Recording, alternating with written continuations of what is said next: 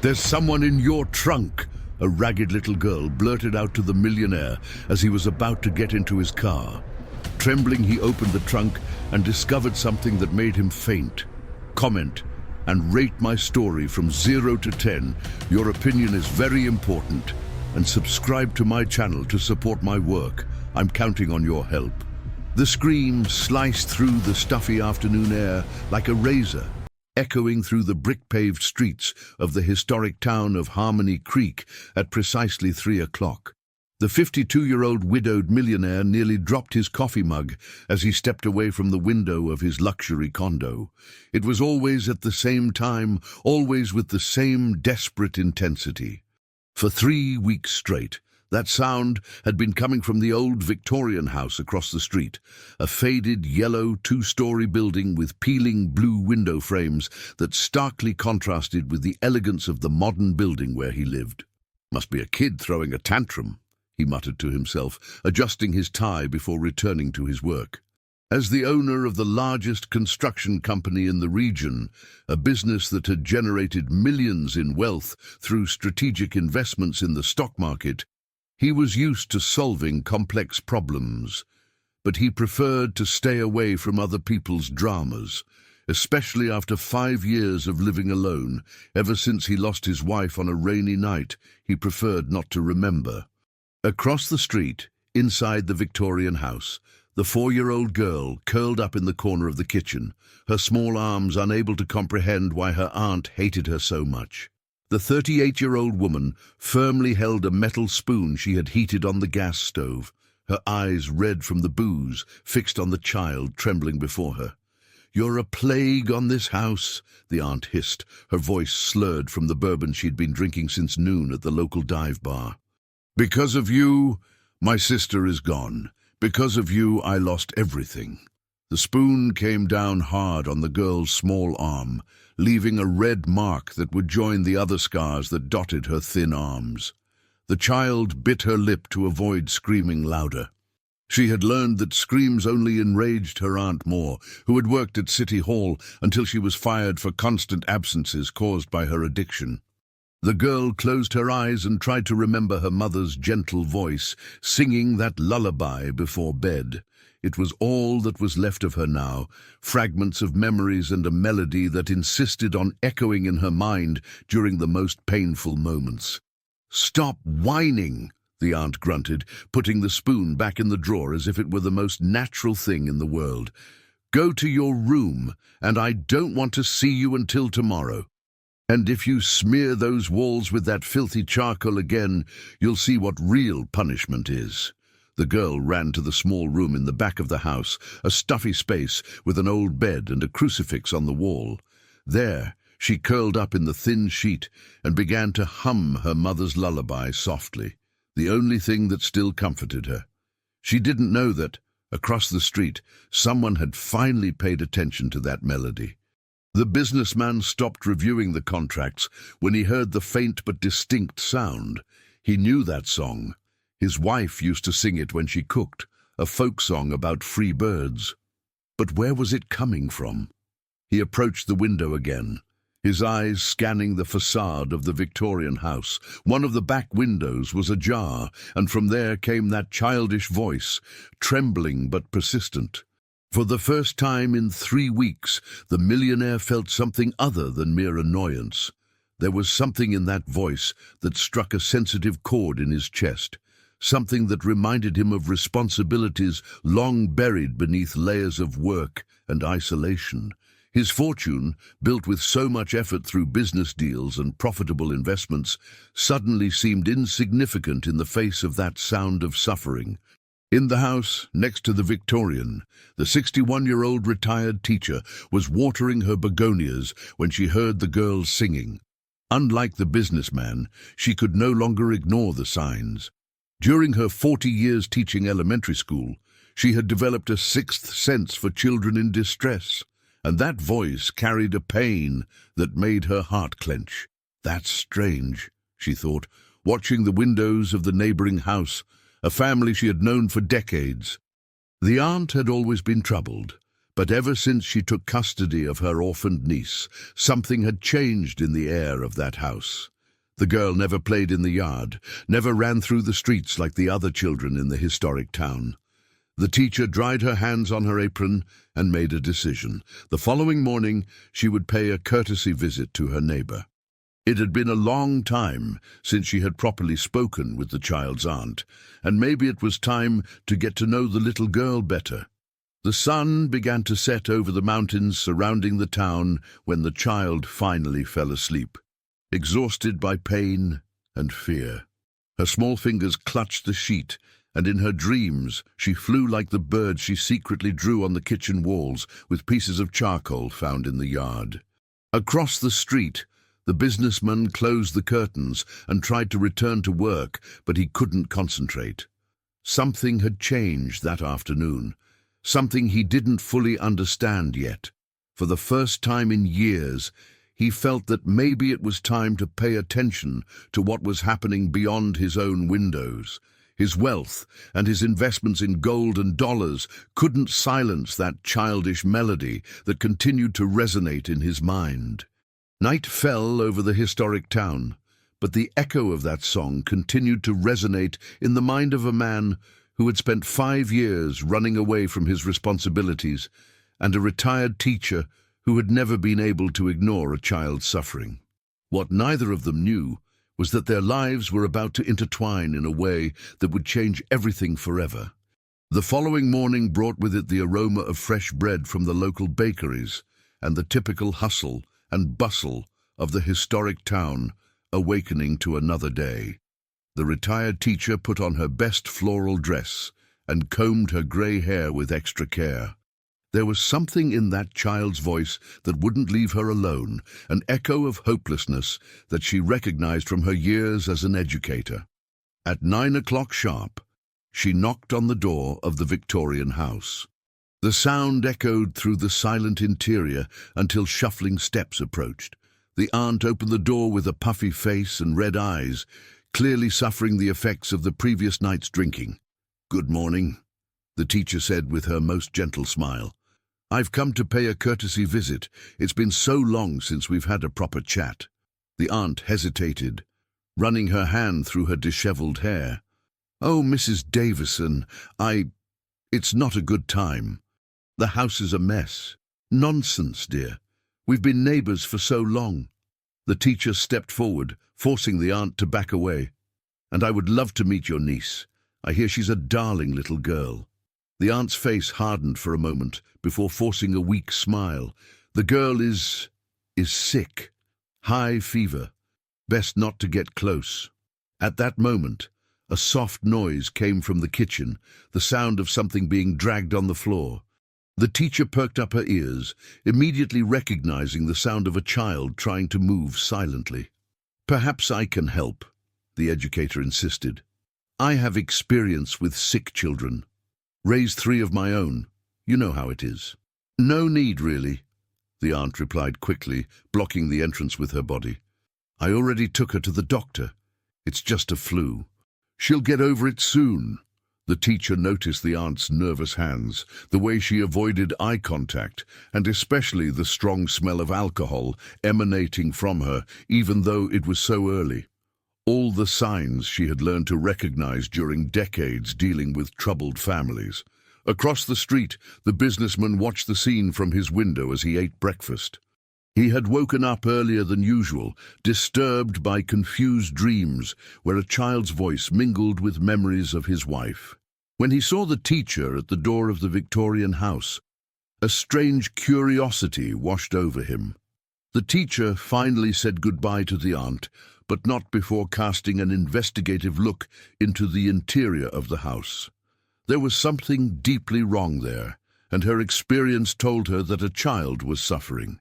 Inside the Victorian house, the aunt slammed the door shut and headed to the kitchen, where she found the girl crouching behind the table, trying to hide. The child had tried to reach a glass of water from the sink, but her height wouldn't allow it, and she had knocked over a chair in the process. "Didn't I tell you to stay in your room?" the aunt growled, her irritation intensified by her hangover and the unexpected visit. "I was thirsty, Auntie," the girl mumbled, her big eyes fixed on the floor. "Thirsty?" The aunt laughed bitterly. "You want water? Then go get it in the backyard. And since you like making so much noise, you can stay out there until I decide you can come in."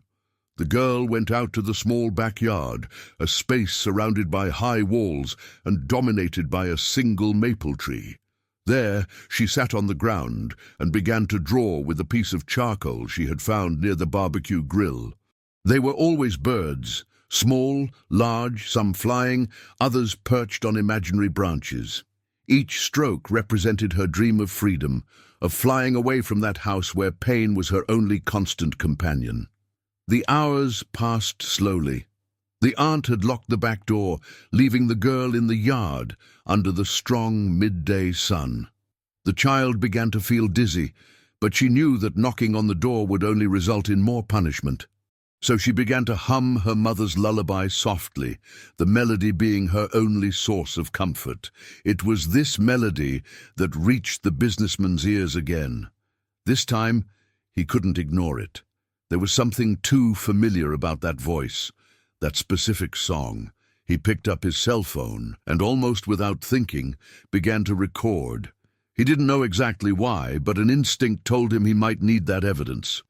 As he recorded, fragments of memories began to fit together in his mind. Someone hummed that same song while working, an exemplary employee who had disappeared abruptly 5 years ago, a woman who always spoke fondly about her little daughter, a girl named Lily. The businessman murmured, his cell phone trembling in his hands. His former employee's daughter was named Lily. The realization hit him like a punch to the stomach. The child suffering in the house across the street was the daughter of the kind woman who had worked for him for 3 years before simply vanishing. How hadn't he made this connection before? The millionaire put his cell phone away and began to pace back and forth in his apartment. He vaguely remembered the employee mentioning family problems, a sister she didn't get along with, financial difficulties. But he was so absorbed in his own problems at the time, the growing conflicts with his wife, the problems at the company, that he hadn't paid due attention. Now, 5 years later, his former employee's daughter was across the street, and from the sounds coming from that house, she wasn't in a good situation. The guilt the businessman carried for the loss of his wife multiplied, now including regret for not helping when she clearly needed it. All his wealth, all his investments in cryptocurrency and profitable applications were useless if he couldn't protect an innocent child. At 3 o'clock, sharp, the screams started again. This time, the millionaire didn't step away from the window. He watched with growing horror as, through the kitchen window of the Victorian house, he saw a female silhouette moving aggressively. He picked up his cell phone again and began to record, this time with more determination. What he saw through the cell phone screen made him nauseous. The aunt was holding something in her hands. It seemed to be a kitchen utensil, and gesturing violently towards a small figure he could barely make out. The girl's screams echoed through the afternoon, and this time the businessman couldn't pretend they were just childish tantrums. When the silence returned, he remained at the window for a few more minutes, his heart pounding in his chest. He had just witnessed something that would change everything.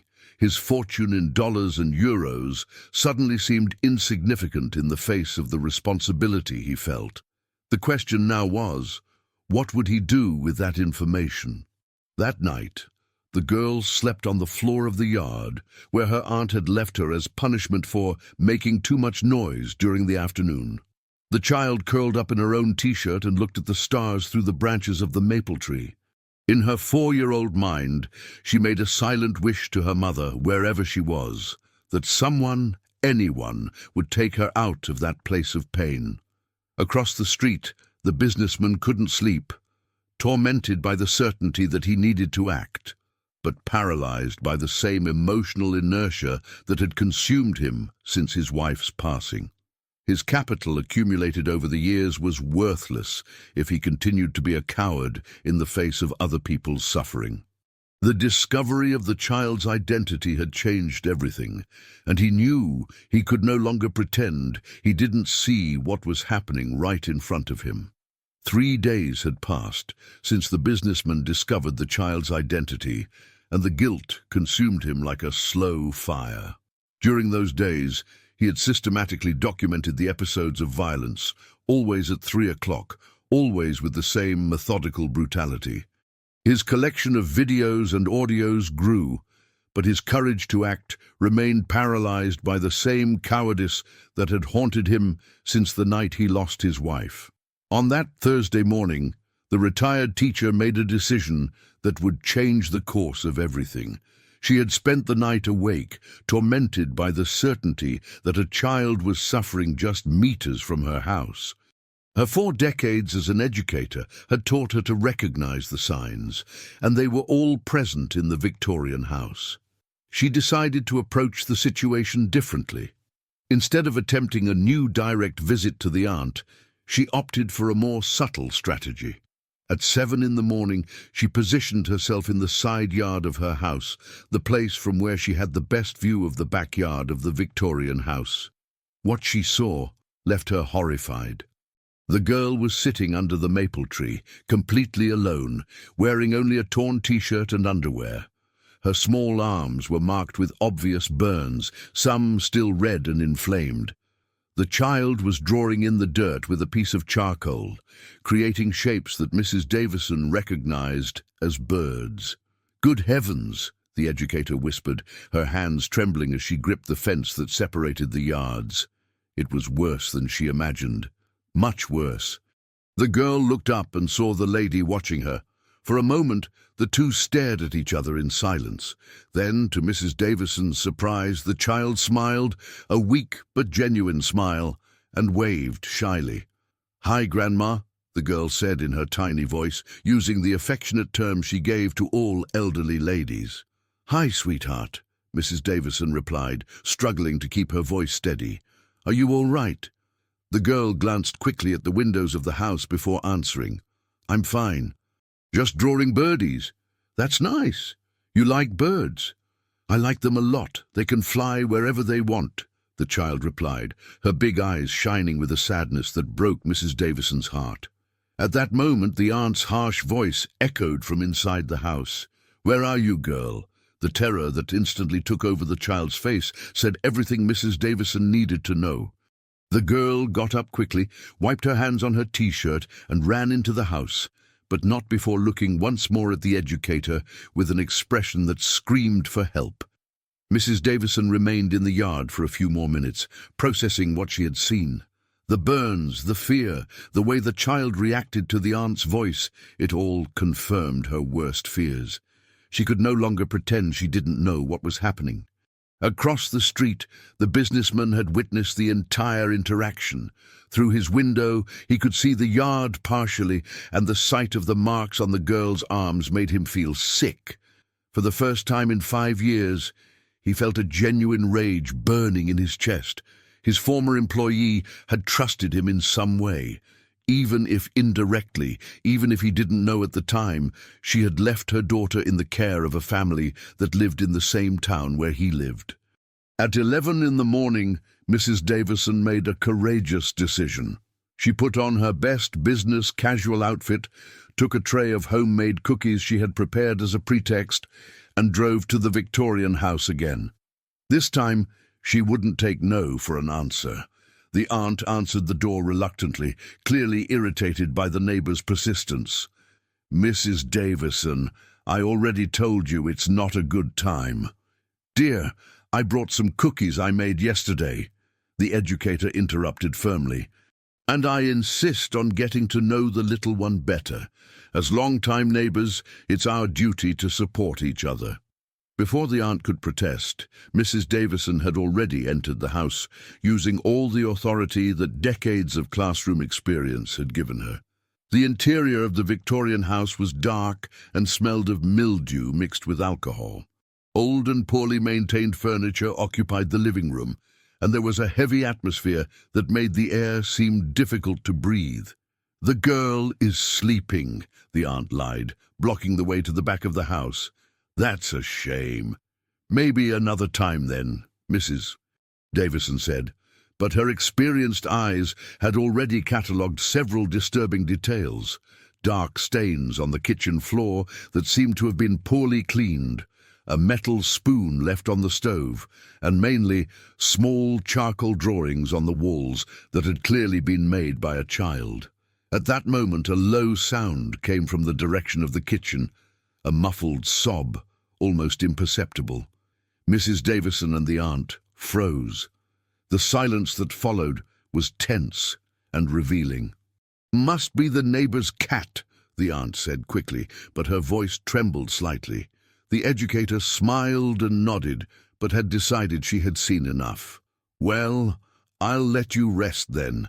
But remember that I'm always here next door if you need anything. Anything at all." The educator's tone made it clear that it wasn't just a casual offer of help.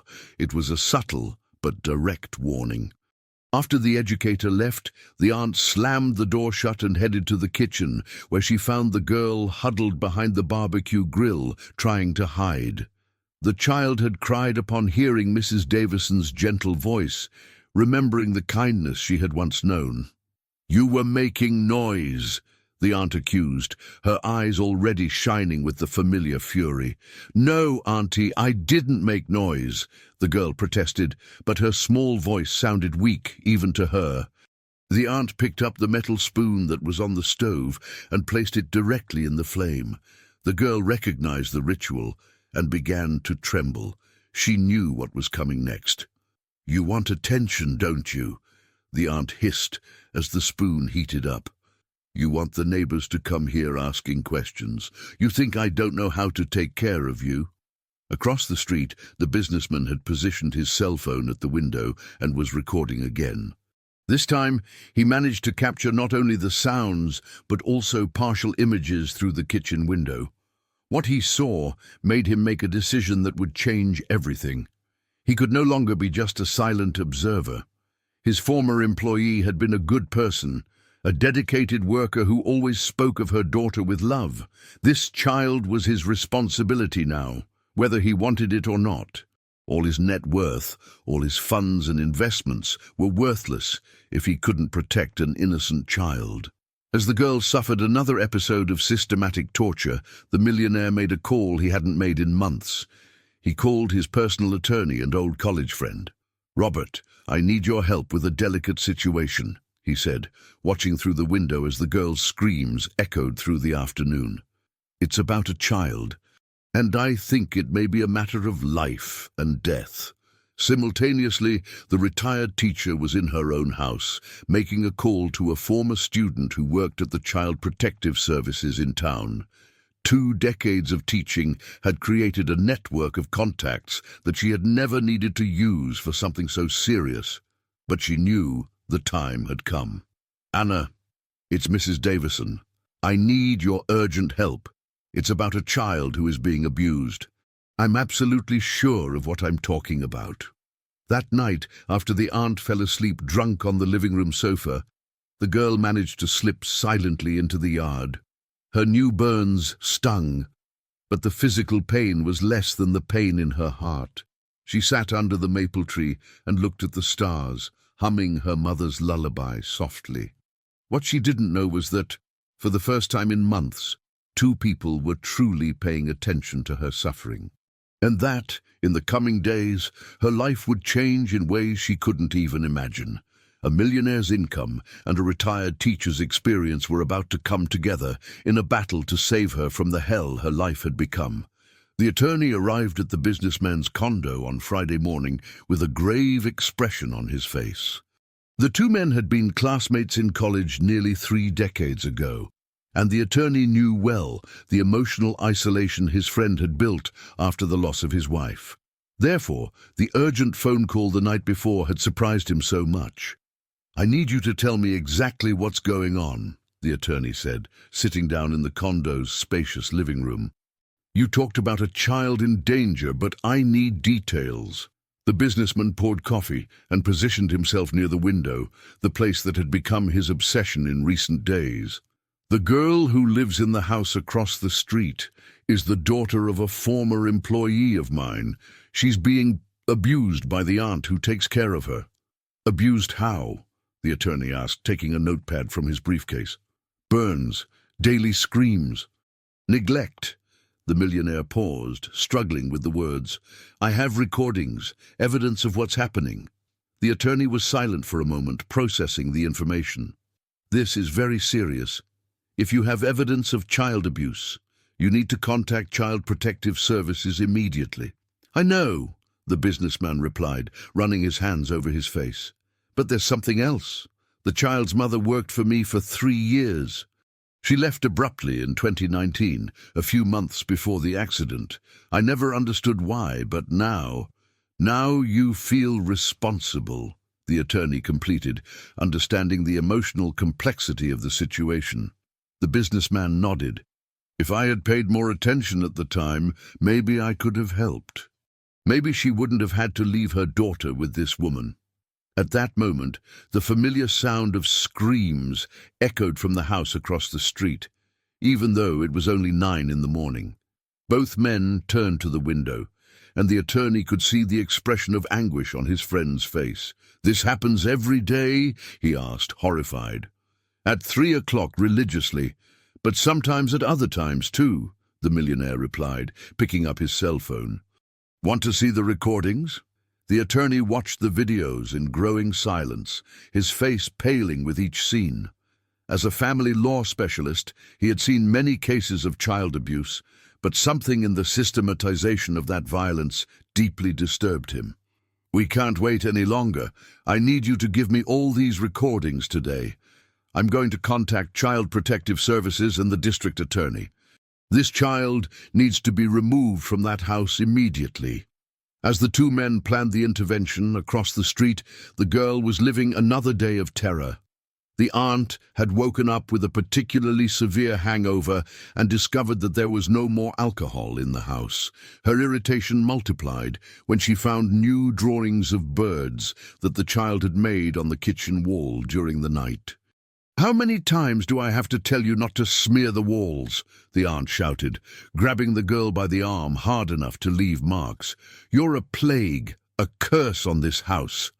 The child tried to explain, to say that she had dreamed of her mother, and that the drawings made her feel less alone, but the words were lost in sobs. At 4 years old, she still didn't fully understand why her aunt hated her so much, why each day brought new pain. "You're going to be locked in your room until I decide what to do with you," the aunt continued, pushing the girl down the hall. "And if I hear even a peep, you'll get a punishment you've never experienced before." The room where the girl was locked was small and stuffy, with only a high window that she couldn't reach.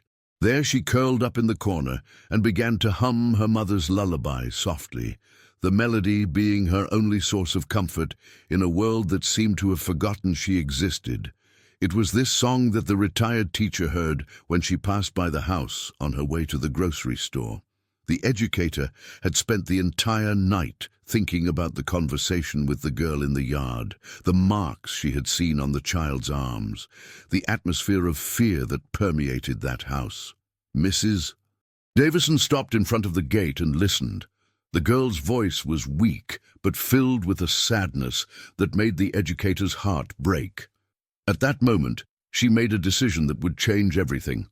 Instead of going to the grocery store, Mrs. Davison went directly to the town center where the small office of Child Protective Services was located. She knew the counselor well, a former student of hers who had dedicated herself to the protection of vulnerable children. "Anna, I need to talk to you about a very serious situation," Mrs. Davison said, entering the office without ceremony. The counselor looked up from the papers she was analyzing. "Mrs. Davison, it's good to see you. What brings you here today?" "A child in danger. My neighbor. I'm sure she's being abused." The counselor straightened up in her chair, her expression immediately becoming serious. During her 5 years in office, she had learned to recognize when a complaint was serious, and Mrs. Davison wasn't the type of person who would make frivolous accusations. "Tell me everything," the counselor said, picking up a complaint form. While Mrs. Davison was reporting her observations, on the other side of town, the attorney was in a similar meeting at the district attorney's office. The district attorney listened attentively as the attorney presented the evidence collected by the businessman. "This is compelling evidence," the district attorney said, examining the videos on the attorney's cell phone. "I'm going to order an immediate investigation and request the removal of the child from the family environment." "How long will that take?" the attorney asked, concerned. "With this evidence, we can act today," the district attorney replied. "I'm going to contact Child Protective Services now." It was thus that, by a coincidence that would change the girl's destiny, two simultaneous complaints arrived at Child Protective Services on the same morning. The counselor was finishing noting Mrs. Davison's account when her phone rang.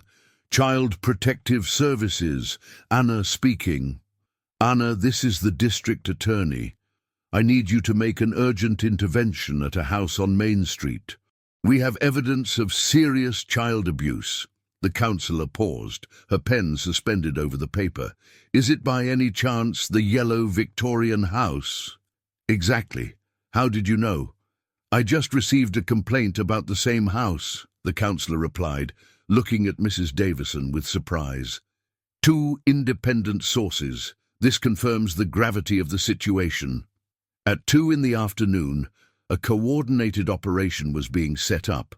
The counselor, accompanied by 2 social workers and a bailiff, was heading to the Victorian house. Mrs. Davison had offered to accompany the team, using her experience with traumatized children. The businessman watched everything from his window, his heart pounding in his chest. Finally, after days of paralysis, he had managed to act. His fortune accumulated in stocks, and his assets in gold were finally serving something greater than his own comfort. "You did the right thing," the attorney said, placing his hand on his friend's shoulder. "I hope it's not too late," the millionaire replied, his eyes fixed on the team approaching the Victorian house. In the house, the aunt had gone out to buy alcohol at the local dive bar, leaving the girl locked in the stuffy room. The child continued to hum softly, unaware that her life was about to change radically. When the counselor knocked on the door of the Victorian house and received no answer, she used her legal authority to enter the property. What they found inside exceeded even their worst expectations. A dirty and poorly maintained house, a strong smell of alcohol, and obvious signs of neglect in every room. It was Mrs. Davison who first heard the faint voice coming from the back room. "There's someone here," she said, guiding the team down the hall. When they opened the door to the room and found the girl huddled in the corner, singing her sad song, everyone present felt a pang in their heart. The child raised her big, scared eyes, not understanding who these people were or what they wanted from her. "Hi, sweetheart," the counselor said, crouching down to be at the child's level. "My name is Anna. We're here to help you." The girl looked at Mrs. Davison, recognizing the kind lady who had spoken with her in the yard. A glimmer of hope shone in her eyes, but it was quickly replaced by fear. "Auntie will be mad," she whispered. "You don't need to worry about that now," Mrs. Davison said, reaching out to the child. "We're going to get you out of here, okay?" And so, after 8 months of silent suffering, the girl was finally removed from the house, where she had known only pain and fear. Across the street, the businessman watched through the window, tears rolling down his face for the first time in 5 years. His dividends and interest accrued over the years had finally served something that really mattered: saving an innocent life. If you like this video, please subscribe to my channel. I promise to bring you videos every day that will make your life happier. Comment on what you thought of my story, giving it a rating from 0 to 10, and thank you very much.